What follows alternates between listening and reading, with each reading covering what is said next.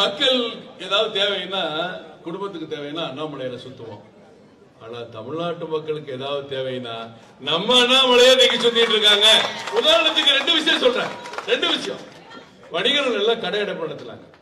வாடகைக்கு 18%. அண்ணன் உடனே கடிதம் கொடுத்தாரு.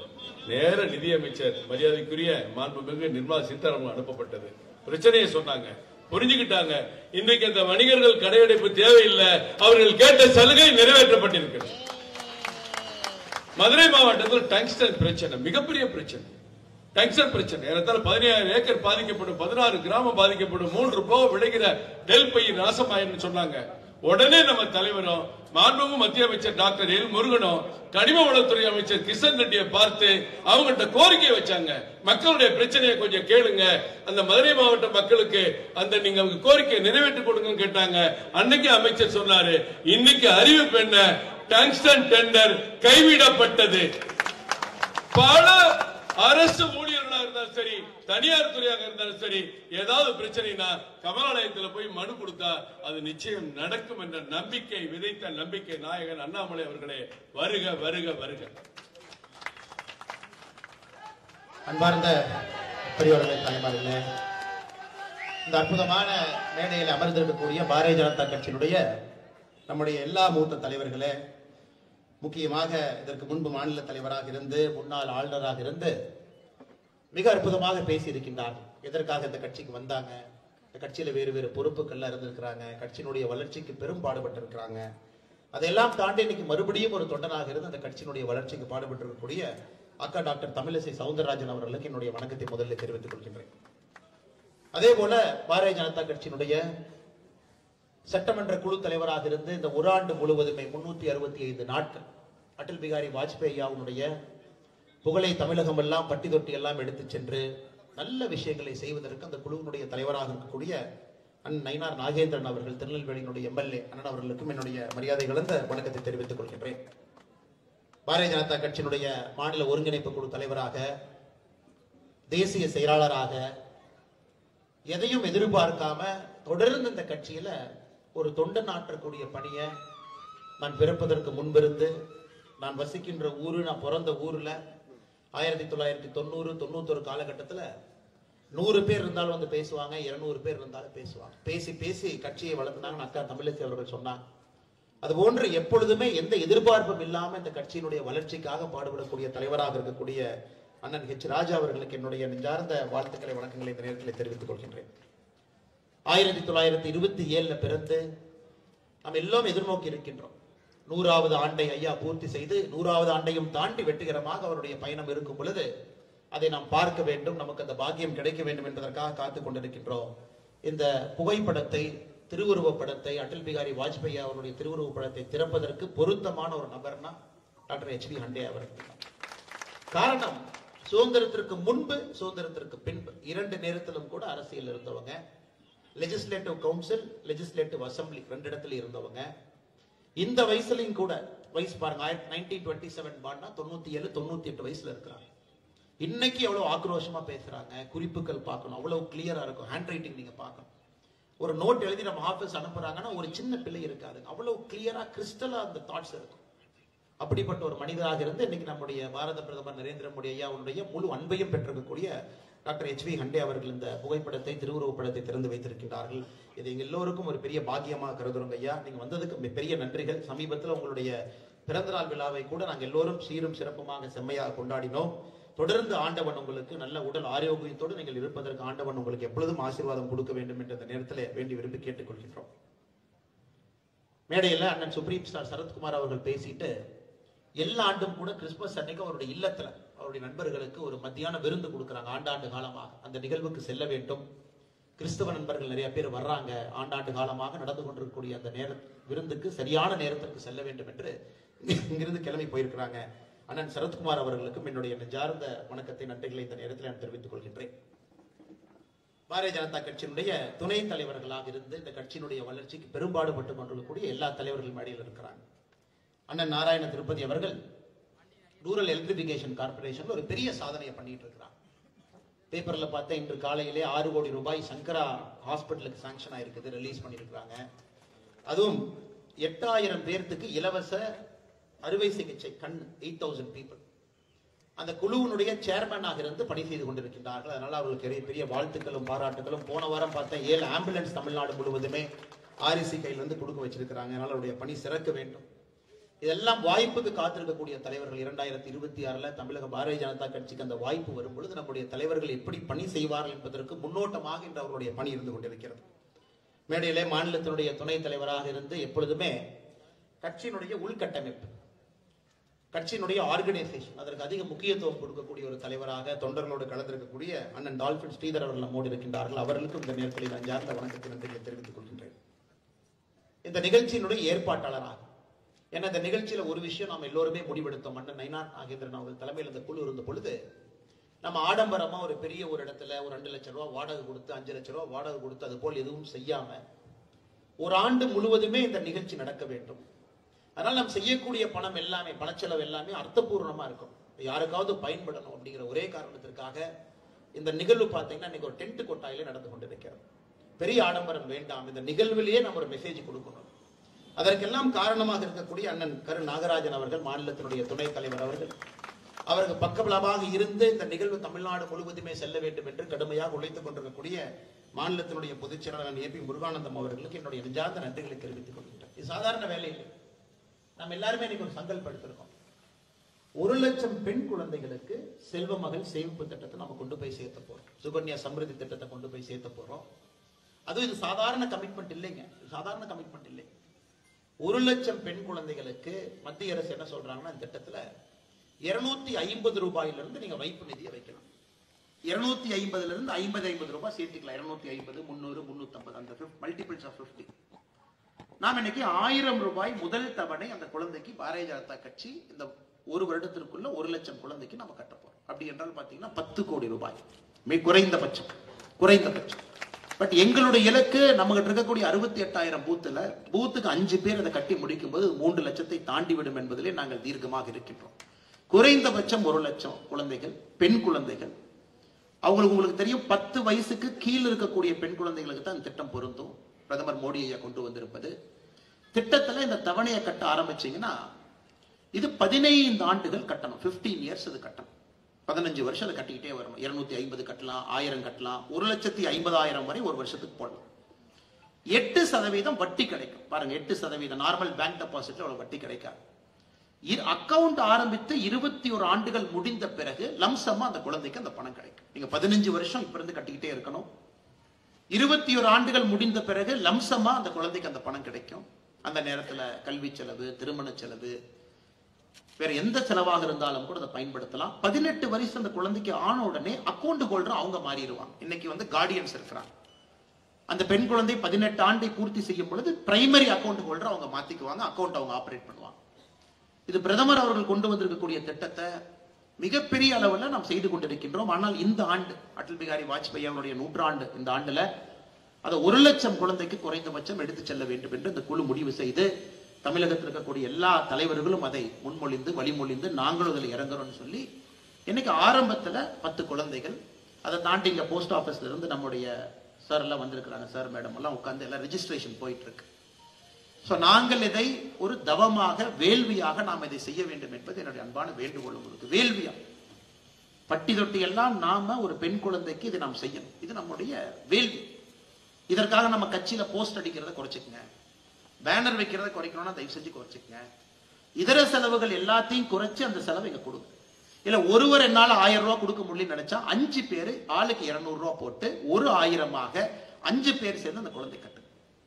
ஏன்னா நாம வாஜ்பாய் அவனுடைய 100ஆண்டு விழாவை கொண்டாடும் பொழுது we are a party with a difference என்பதை தமிழக மக்களுக்கு நாம் உணர்த்த வேண்டும். இது பார்ட்டி வித் டிஃபரன்ஸ். அடிப்படையில இந்த கட்சியில ஒரு வித்தியாசம் எப்பவுமே இருக்கு. வாஜ்பாய் அவருடைய வாழ்க்கையை அதற்கு ஒரு சாட்சி. 1957 தேர்தலில் அண்ணன் ஹெச் ராஜா அவர்கள் மிக அற்புதமா சொன்னாங்க. 57 தேர்தலில் 2 இடத்துல நின்னாங்க. ஏன்னா இந்தியாவிலே ஒரு தலைவர் 10 முறை லோக்சபாக்கு போயிருக்கிறாங்க, 2 முறை ராஜ்யசபாக்கு போயிருக்கிறாங்க. ஆனா 10 முறையும் ஒரே தொகுதியிலிருந்து போகலீங்க. 10 முறை 6 தொகுதியிலிருந்து போயிருக்கிறாங்க. 4 மாநிலத்திலிருந்து போயிருக்கிறாங்க. குஜராத்ல இருந்து போயிருக்கிறாங்க, உத்தரப்பிரதேசல இருந்து போயிருக்கிறாங்க, டெல்லியில இருந்து போயிருக்கிறாங்க, மத்திய பிரதேசல இருந்து போயிருக்கிறாங்க. பாருங்க, வேறு வேறு மாநிலத்திலே ஏற்றுக்கொள்ளப்பட்ட ஒரு தலைவர். 10 முறை லோக்சபா போயிருக்கிறாங்க. 6 தொகுதிகள்ல இருந்து பல்ராம்பூர், மதுரா, லக்னோ, குவாலியர், புதுடெல்லி, காந்தி நகர். வேறு வேறு இனம், பேசக்கூடிய மொழிகள் வேறு, ஆனாலும் எல்லோரும் ஏற்றுக்கொள்ளப்பட்ட ஒரு தலைவர் அடல் பிஹாரி வாஜ்பாய். இந்தியாவில் யாருக்காச்சும் இந்த பெருமை இருக்கான்னு சொல்லி, அதனாலதான் சில தலைவர்கள் அவருடைய வாழ்நாள்ல பொலிட்டிக்கல் லீடர் என்கின்ற வார்த்தையிலிருந்து ஸ்டேட்ஸ்மேன் என்கின்ற வார்த்தைக்கு போயிடுறாங்க. அவர் வாழ்கின்ற காலத்துல ஸ்டேட்ஸ்மேன் அப்படின்னு கேட்கிறார், உலகத் தலைவர் என்று. இந்தியாவிலிருந்து எல்லோரும் ஒருங்கிணைத்து உள்ளடக்கி எல்லா மக்களாலும் ஏற்றுக்கொள்ளப்பட்ட சில தலைவர்கள் முக்கியமான ஒரு தலைவர் அடல் பிஹாரி வாஜ்பாய் அவர்கள். அது அவருடைய பெருமை. நம்ம ராஜா என்ன சொல்லும் போது ஒரு கருத்தை ரொம்ப ஆணித்தரமா சொன்னாங்க. 13 நாட்கள் ஆட்சியில் இருந்தோம், 13 மாதங்கள் ஆட்சியில் இருந்தோம், 5 ஆண்டுகள் ஆட்சியில் இருந்தோம். 3 முறை இந்தியாவில் நம்ம பார்த்தோம். அதுவும் 1990க்கு பிறகு வாஜ்பாய் முதல் முறையாக ஆட்சிக்கு வருவதற்கு முன்பு 4 முறை தேர்தல் நடந்துச்சு. மக்களுக்கு ஓட்டு போறதே ஒரு வேலையா இருந்தது. 4 முறை தேர்தல். இந்த கூட்டணியில இந்த கட்சி, அடுத்த தேர்தல் நடக்கும்போது அதே கட்சி வேறு கூட்டணி, மக்களுக்கே ஒரே குழப்பம். அந்த நேரத்தில் வாஜ்பாய் அவர்கள் எடுத்த முடிவு பாருங்க. 13 நாள்ல எல்லோருக்குமே தெரியும் அணு ஆயுத சோதனையை நம்ம நடத்துறோம். ஆனா 2 முறை நடத்த வேண்டிய கட்டாயம். ஏன்னா இந்தியாவை பொறுத்தவரை நம்ம ஒரு விஷயத்தில் தெளிவா இருந்தோம். நம்ம நியூக்ளியர் பவர் என்று சொல்லும் பொழுது நியூக்ளியர் ஃபிஷன்ல இருக்கணும், நியூக்ளியர் ஃபியூஷன்ல இருக்கணும், அட்டாமிக் பாம்ல இருக்கணும், ஹைட்ரஜன் பாம்ல இருக்கணும். 2யும் பூர்த்தி செய்தால் மட்டும்தான் எல்லா நாடுகளுக்கும் சிம்ம சொப்பனமாக நாம் இருக்க முடியும். அதை கம்ப்ளீட் பண்ணணும் அப்படின்னா அந்த 2யும் பூர்த்தி செய்ய வேண்டும் என்பது அடல் பிஹாரி வாஜ்பாயினுடைய கனவு. ஒரே நாள்ல நீங்க வெடிக்க முடியாது, 2 நாட்கள் உங்களுக்கு தேவைப்படும். அது முதல் நாள் நீங்க வெடிச்சிடலாம். வெடிச்சதுக்கு அப்புறம் எல்லோருக்குமே தெரியும் இந்தியா போன்ற ஒரு நாட்டை உலக நாடுகள் எல்லோரும் நசுக்கி பிழிவார்கள் என்று தெரியும். ஏன்னா காம்ப்ரிஹென்சிவ் டெஸ்ட் பேன் ட்ரீட்டி, என்பிடி, இத்தனை ட்ரீட்டி உலகத்துல இருக்கு. வெடிச்சீங்கன்னா உடனே உங்க மேல அடுத்த நாளே பொருளாதார பேன் அன்னைக்கு போட்டுருவாங்க. பொருளாதார பேன்ல ஒருக்கா நீங்க மாட்டிக்கிட்டீங்க அப்படின்னா அடுத்த 5 ஆண்டுகள் அந்த நாட்டினுடைய முன்னேற்றம் என்பதை நீங்க நினைச்சு கூட பார்க்க முடியாது. டெக்னாலஜி எதுவும் உங்களுக்கு வராது, பேசிக் டெக்னாலஜி டிரான்ஸ்பர் நடக்காது. இதை வாஜ்பாய் அவர்கள் முழுமையாக உணர்ந்திருந்தார். அவருக்கு நம்ம 13 நாள்ல வெடிச்சுட்டு அப்படியே போயிடக்கூடாதுன்னு நினைக்கல. அணு ஆயுத சோதனை செய்த பிறகு வரக்கூடிய பிரச்சனையை எதிர்கொள்வதற்கு அவர் இருக்க வேண்டும் என்று நினைத்தார். நல்லா புரிஞ்சுக்கணும். நான் 2 முறை அணு ஆயுத சோதனை நடத்துவோம். மே 11ஆம் தேதி, 13ஆம் தேதி 1998 போக்குறாங்க. முதல் சோதனை நடத்த பொழுது அமெரிக்காவுடைய அதிபர் போன் பண்ணாங்க, பண்ணிட்டீங்க போதும் நிறுத்துங்க, பாகிஸ்தான் அடுத்து சோதனை செய்வதற்கு தயாரா இருக்கிறாங்க. உலக நாடுகளுடைய பிரஷர், P5 எல்லோருமே அன்னைக்கு நைட்டே இந்தியா மேல ஏகப்பட்ட பொருளாதார சாங்ஷனை போட்டாங்க. ஆனா வாஜ்பாய் அவர்கள் கவலைப்படவில்லை. ஒரு நாள் கேப் கொடுத்து மே 13ஆம் தேதி மறுபடியும் நியூக்ளியர் ஃபிஷனை வெடிச்சு காமிச்சோம். நாம் உலகத்திற்கு சொன்னோம், இந்த 2 விஷயத்தையும் முழுமையாக செய்யக்கூடிய ஒரு நாடாக நாம் வந்து விட்டோம். காரணம் உங்களுக்கு தெரியும் எவ்வளவு அச்சுறுத்தல் நமக்கு இருந்துச்சு. வாஜ்பாயை பொறுத்தவரை பீஸ் த்ரூ ஸ்ட்ரென்த் என்கின்ற வார்த்தையில் ரொம்ப தெளிவா இருந்தாங்க. பலத்தின் மூலமாக அமைதி என்பதில் தெளிவா இருந்தாங்க. அதை இன்னைக்கு உலக நாடுகள் எல்லாம் பேசுறாங்க. பீஸ் த்ரூ ஸ்ட்ரென்த், நம்முடைய பலத்தை காட்டும் பொழுது மட்டும்தான் நமக்கு அமைதி கிடைக்கும் என்பதிலே தெல்ல தெளிவா இருந்தாங்க. அதன் பிறகு நீங்க பாத்தீங்க அந்த பொருளாதார பிரச்சனை நமக்கு எவ்வளவு வந்துச்சுங்க. 99, 2000, 2001 எல்லாத்தையும் தாண்டி 2004 நம்ம ஆட்சியை ஒப்படைக்கும் பொழுது ஒரு வளரக்கூடிய நாடாக, பொருளாதாரத்திலே மிகவும் முக்கிய ஒரு நாடாக நாம் அதை காங்கிரஸ் கட்சியிட்ட கொடுத்தோம். தொலைநோக்கு பார்வையோடு பணி செய்ய அடல் பிஹாரி வாஜ்பாய். இதெல்லாம் ஸ்டேட்ஸ்மேனுக்கான அர்த்தம். ஏதோ வந்தோம் போனோம் செஞ்சோம், ஒரு சோதனையை வெடிச்சுட்டு அடுத்து நான் கிளம்பி போயிட்டோம், அதை வச்சு எலெக்ஷனை ஜெயிச்சோம், யோசிக்கவே இல்லை அவர். அப்படிப்பட்ட ஒரு மனிதரை நாம் எல்லோரும் மனதிலே வைத்து நம்முடைய கட்சி எப்படி வர வேண்டும், நம்முடைய தொண்டர்கள் எல்லோரும் ஒரு சங்கல்பம் எடுத்து இங்க நின்று கொண்டிருக்கின்றோம். அன்பு சகோதர சகோதரிகள், அது மட்டும் இல்லைங்க. அன்னைக்கு வாஜ்பாய் பாத்தீங்கன்னா நல்லா நம்ம புரிஞ்சுக்கணுங்க. பல்ல கடிச்சுக்கிட்டு அரசியல்ல சகிப்புத்தன்மையோடு பணியாற்றிய தலைவர்களே ஒரு முதன்மையான தலைவர். அவருக்கும் ஆசைதான் நம்ம சித்தாந்தத்துக்கு முரண்பட்டு இருக்கக்கூடிய கூட்டணியோடு நம்ம ஆட்சியில் இருந்தோம். தமிழ்நாட்டில் அடிக்கடி சொல்லி காட்டுவாங்க, நம்முடைய சித்தாந்தத்திற்கு கொஞ்சம் கூட முரண்பாடு இருக்கக்கூடிய ஒரு கட்சி கூட்டணி. ஏன்னா வாஜ்பாய் அவர்களை பொறுத்தவரை தெளிவா இருந்தாருங்க.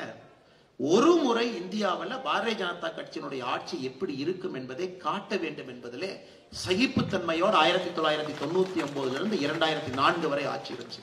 ஏன்னா ஒரு முறை அதுவரை காங்கிரஸ் மட்டும்தான் பார்த்திருக்கிறாங்க. எல்லோருக்கும் காங்கிரஸ் வே ஆஃப் கவர்மெண்ட் தெரியும்.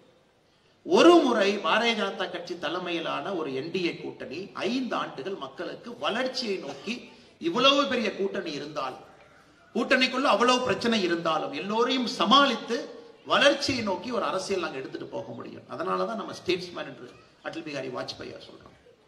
நகைச்சுவை, புன்னகை, எந்த நேரத்திலும் கூட ஒரு கடுமையான வார்த்தை பேசாத ஒரு மனிதர். எதிர்க்கட்சி நண்பர்களை கூட தன்னுடைய நயத்தோடு பண்பட்ட உள்ளத்தோடு பேசக்கூடிய ஒரு நபர்.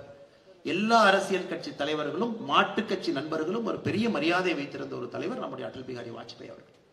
இன்னைக்கு அந்த மனிதருக்காக ஒரே இடத்துல நாம கலந்திருக்கின்றோம். அவருக்காக நான் திரும்ப திரும்ப சொல்றேனுங்க, தலைவர்கள் எல்லோரும் சொன்னார்கள், இந்த 1 லட்சம் பெண் குழந்தைகளுக்கு செல்வ மகள் சேமிப்பு திட்டத்தை 1000 ரூபாய் வைப்பு நிதி முதல் தவணை நாம் செலுத்தி இது ஏன் ஆரம்பிக்கணும் அப்படின்னாங்க, அந்த குழந்தைங்க வாஜ்பாய் ஐயாவை நினைச்சுக்குவாங்க. நல்லா நான் வச்சுக்கணும், அந்த குழந்தைகள் எவ்வளவு பெரிய மனிதர்களாக வந்தாலும் அவங்களுக்கு தெரியும் வாஜ்பாய் ஐயாவுடைய பேர்ல இந்த கட்சி தொண்டர்கள் வீட்டுக்கு வந்து எனக்கு செஞ்சாங்க. அப்படித்தான் ஒரு தலைவருடைய புகழ் நிரந்தரமாக இருக்க வேண்டும் என்றால் மக்களை நோக்கி நாம் செல்ல வேண்டும். நிச்சயமாக நீங்கள் அதெல்லாம் அதை செய்வீர்கள் என்கின்ற முழு நம்பிக்கை எனக்கு இருக்குது. அதையெல்லாம் தாண்டி அன்பு சொந்தங்களே, இன்னொரு விஷயத்தை பாருங்க. நரேந்திர மோடி அவர்கள் எல்லாவற்றையும் தாண்டி இந்தியாவிற்கு நரேந்திர மோடி என்கின்ற மனிதனை அறிமுகப்படுத்திய பெருமை அடல் பிகாரி வாஜ்பாய் இருக்கு. இதை நரேந்திர மோடி ஐயா பல இடத்துல கோடிட்டு காட்டுறாங்க. டெல்லியிலே அகில இந்திய அமைப்பு பொதுச் செயலராக மோடி ஐயா இருக்கிறாங்க. புஜ் பூகம்பம் நடக்குது குஜராத்ல. ஒரு நாள் வாஜ்பாய் ஐயா சொல்றாங்க, டெல்லியில ஒரு இரவு நேரத்தில் சொல்றாங்க, காலையிலே விமானத்திலே நீ குஜராத்துக்கு செல்ல வேண்டி இருக்கும், அகமதாபாத்துக்கு போகணும். உடனே மோடி ஐயா கேட்கிறாங்க, நான் எது குஜராத்துக்கு போகணும் அப்படின்னு. அதுக்கு வாஜ்பாய் ஐயா சிரிச்சுக்கிட்டே சொல்றாங்க, நீ நிறைய உருளைக்கிழங்கு சாப்பிட்டு டெல்லியில வெயிட் போட்டுட்ட, அதனால உருளைக்கிழங்கு கிடைக்காத ஒரு பகுதிக்கு அனுப்ப வேண்டும் என்று நினைக்கின்றேன், அதனால காலையில விமானத்தை பிடிச்சி நீ அகமதாபாத் போயிடு செல்லமாக சொல்றாங்க. அது நம்முடைய நரேந்திர மோடி ஐயா அவருக்கு மனதிலே அமைதியை கொடுக்கல, ஒரு திருப்தியை கொடுக்கல. இல்ல நான் எங்க இருக்கேன், இந்த பணியை செய்து கொண்டிருக்கின்றேன், எதற்காக என்னைய வந்து குஜராத்துக்கு நீங்க அனுப்புறீங்க. நம்ம கட்சியில தெரியும், இங்க தலைவர்களுக்கு தெரியும் எதுக்கு அனுப்புறாங்கன்னு யாரும் சொல்ல மாட்டாங்க. அங்க போனதுக்கு அப்புறம் தான் எதுக்கு அனுப்புறாங்கன்னு எல்லாருமே சொல்லுவாங்க. அது ஆளுநராக இருந்தாலும் அக்கா அன்னை காலையில சொல்லுவாங்க, நீங்கள் அந்த பதவி ஏற்க வேண்டும் என்று. யார் இங்கே தலைவர்களாக இருந்தாலும் கூட இந்த கட்சியினுடைய அடிப்படை தன்மை என்பது யாருக்கும் எங்கேயும் இதான் அடுத்த பொறுப்பு என்று யாருக்கும் தெரியாது. நரேந்திர மோடி ஐயா அவருக்கு விமானத்தில் ஏறிய பிறகுதான் அவருக்கு தெரியும், குஜராத் மாநிலத்தினுடைய முதலமைச்சராக பொறுப்பேற்பதற்காக அடல் பிகாரி வாஜ்பாய் அவர்கள் அகமதாபாத். அதன் பிறகு அது சரித்திரம், அதன் பிறகு நடந்தது சரித்திரம். அத்தனை தலைவர்கள் இருந்தாலும் நரேந்திர மோடி அவர்களை கண்டுபிடித்து தன்னுடைய சீடனாக அகமதாபாத்துக்கு அனுப்பி வைத்து அங்கே 13 ஆண்டுகள் குஜராத்தினுடைய முதலமைச்சராக, இன்னைக்கு இந்தியாவில் 10, 15, 20, 25 வருகின்ற எல்லா நாட்களும் கூட இந்தியாவுடைய பிரதமராக அறிமுகப்படுத்தி. அதனாலதான் இன்னைக்கு நம்முடைய வாஜ்பாய் ஐயாவை பற்றி மோடி ஐயா எல்லா செய்தித்தாளிலும் ஒரு கட்டுரை எழுதியிருக்கிறாங்க. நீங்க எல்லோரும் படிக்க வேண்டும் என்பது என்னுடைய அன்பான வேண்டுகோள். தமிழ் பத்திரிகையில அதனுடைய தமிழாக்கம் வந்திருக்கு, ஆங்கில பத்திரிகையில ஆங்கிலத்தில் இருக்கு. எல்லோரும் ஒரு முறை படிக்கணும். மோடி ஐயா அவர்கள் அடல் பிகாரி வாஜ்பாய் அவர்களை எப்படி பார்க்கிறாங்க நீங்க பார்க்கணும். சர்வ சிக்ஷா அபியான், எல்லோருக்குமான கல்வி கொண்டு வந்தது நாம். கிராமத்தை நோக்கி தார் சாலைகள் போகணும், பிரதான் மந்திரி கிராம் சதக் யோஜனா, கிராமத்தை நோக்கி பிரதம மந்திரியுடைய தார் சாலை திட்டம் கொண்டு வந்தது நாம். எல்லாருமே வந்து கோல்டன் குவாடிலேட்டர்ங்கிற வார்த்தையை பயன்படுத்துறாங்க பாருங்க. நம்ம கோல்டன் ஸ்கொயர்னு பயன்படுத்தலைங்க. 4 முனையை கனெக்ட் பண்ணணும் நினைக்கிறேன், அது குவாடிலேட்டராக இருக்க வேண்டும் என்று நினைத்தோம். இந்தியாவுடைய எல்லா முனையும் கனெக்ட் பண்ணணும், கொண்டு வந்தது கோல்டன் குவாடிலேட்டர் திட்டம். 28,000 கோடி அண்ணன் ஹெச் ராஜா அவர்கள் சொன்னாங்க. வளர்ச்சி திட்டங்களை கொண்டு வந்து இந்தியா வளர்ச்சி பாதையில் இன்னைக்கு இருக்கு. இன்னைக்கு நம்முடைய நரேந்திர மோடி ஐயா அவர்கள் வாஜ்பாய் அவர்கள் கொண்டு வந்தது இன்னும் பல மடங்காக உயர்த்தி காட்டியிருக்கின்றார்கள் என்றால் அந்த பெருமை எல்லாம் அடல் பிகாரி வாஜ்பாய் ஆகும். இங்க இருக்கக்கூடிய தலைவர்கள் எல்லோருக்கும் ஒரு பெரிய பாக்கியம், நேரடியாக வாஜ்பாயை பார்ப்பதற்கு, அவரோடு பழகுவதற்கு, அவரோடு இருப்பதற்கு ஒரு பெரிய பாக்கியம். என்னை போன்று கட்சியில் இருக்கக்கூடிய சில தொண்டர்களுக்கு அந்த வாய்ப்பு கிடைக்கும். ஆனால் நமக்கு இது போன்ற நிகழ்வுகள் எல்லாம் கிடைக்கும் பொழுது அதை நாம் முழுமையாக ஆத்மார்த்தமாக அதிலே பங்கெடுக்கும் பொழுது நாமும் அடல் பிகாரி வாஜ்பாயோடு இருந்ததற்கான நினைவு நமக்கு வரும். அதற்காக நீங்க எல்லாம் கையில் எடுங்க. 1 லட்சம் பெண் குழந்தைகளுக்கு நீங்க செய்யக்கூடிய அந்த பணியை சீரும் சிறப்புமாக அரசியலை தாண்டி ஒரு மனிதாபிமானத்தோடு அந்த குழந்தைகளுக்கு செய்வோம். அவர்கள் படித்து முடித்து பெரிய ஆட்களாக வரும்பொழுது சமுதாயத்துக்கு திருப்பி செய்வாங்க. அதனால இந்த அற்புதமான நிகழ்வுக்கு வந்திருக்கக்கூடிய எல்லா ஆற்றல் மிகுந்த தலைவர்களுக்கு என்னுடைய நெஞ்சார்ந்த நன்றிகளை தெரிவித்து, மிக முக்கியமாக நம்முடைய மக்கள் பிரதிநிதிகள் அக்கா உமானந்தன் அவர்கள் இருக்கிறாங்க, அண்ணன் லியோ சுந்தரம் அவங்க இருக்கிறாங்க, அவர்களுக்கும் என்னுடைய நெஞ்சார்ந்த நன்றிகளை இந்த நேரத்தில் தெரிவித்துக் கொள்கின்றேன். நம்முடைய மாவட்ட தலைவர்களாக இருக்கக்கூடிய அண்ணன் சாய் சத்யன் அவர்கள் இந்த மாவட்டத்தினுடைய தலைவர், மேடையில் இருக்கக்கூடிய எல்லா நம்முடைய சென்னையினுடைய எல்லா பகுதியினுடைய தலைவர்கள் எல்லோரும் வந்திருக்கின்றார்கள். அவர்களுக்கும் என்னுடைய நெஞ்சார்ந்த நன்றிகளை தெரிவித்துக் கொள்கின்றேன். இந்த சக்தி கேந்திரத்தினுடைய பொறுப்பாளர்கள், இந்த பூத்தினுடைய தலைவர்கள் எல்லாரும் யாரெல்லாம் இந்த பகுதியில் இருக்கிறீங்களோ, இது உங்கள் நிகழ்வு. மிக வெற்றிகரமாக நடத்தி காட்டியிருக்கிறீங்க. நாம் மக்களுக்கு நாம் ப்ராமிஸ் கொடுத்திருக்கிறோங்க, சத்தியம் செய்திருக்கின்றோம், சங்கல்பம் செய்திருக்கின்றோம். 365 நாட்கள் முடியும் பொழுது நாம் மக்களுக்கு நாம சொல்லுவோம், இத்தனை பேர்த்துக்கு நாம செஞ்சிருக்கோம். அதனால் 1 லட்சத்தை தாண்டி இருக்க வேண்டும், 3 லட்சத்தை நோக்கி அது இருக்க வேண்டும். நிச்சயமாக அதை நோக்கி நாம் செல்ல வேண்டும். நீங்கள் அதை அழைத்து செல்வீர்கள் என்கின்ற முழு நம்பிக்கை இருக்கு. வாய்ப்பு கொடுத்த எல்லா தலைவர்கள், முன்னிறுக்கில் இருக்கக்கூடிய தலைவர்களுக்கும் நன்றி தெரிவித்து என்னுடைய உரையை முடித்துக் கொள்கின்றேன். நன்றி, வணக்கம். பாரத் மாதா கி ஜெய்.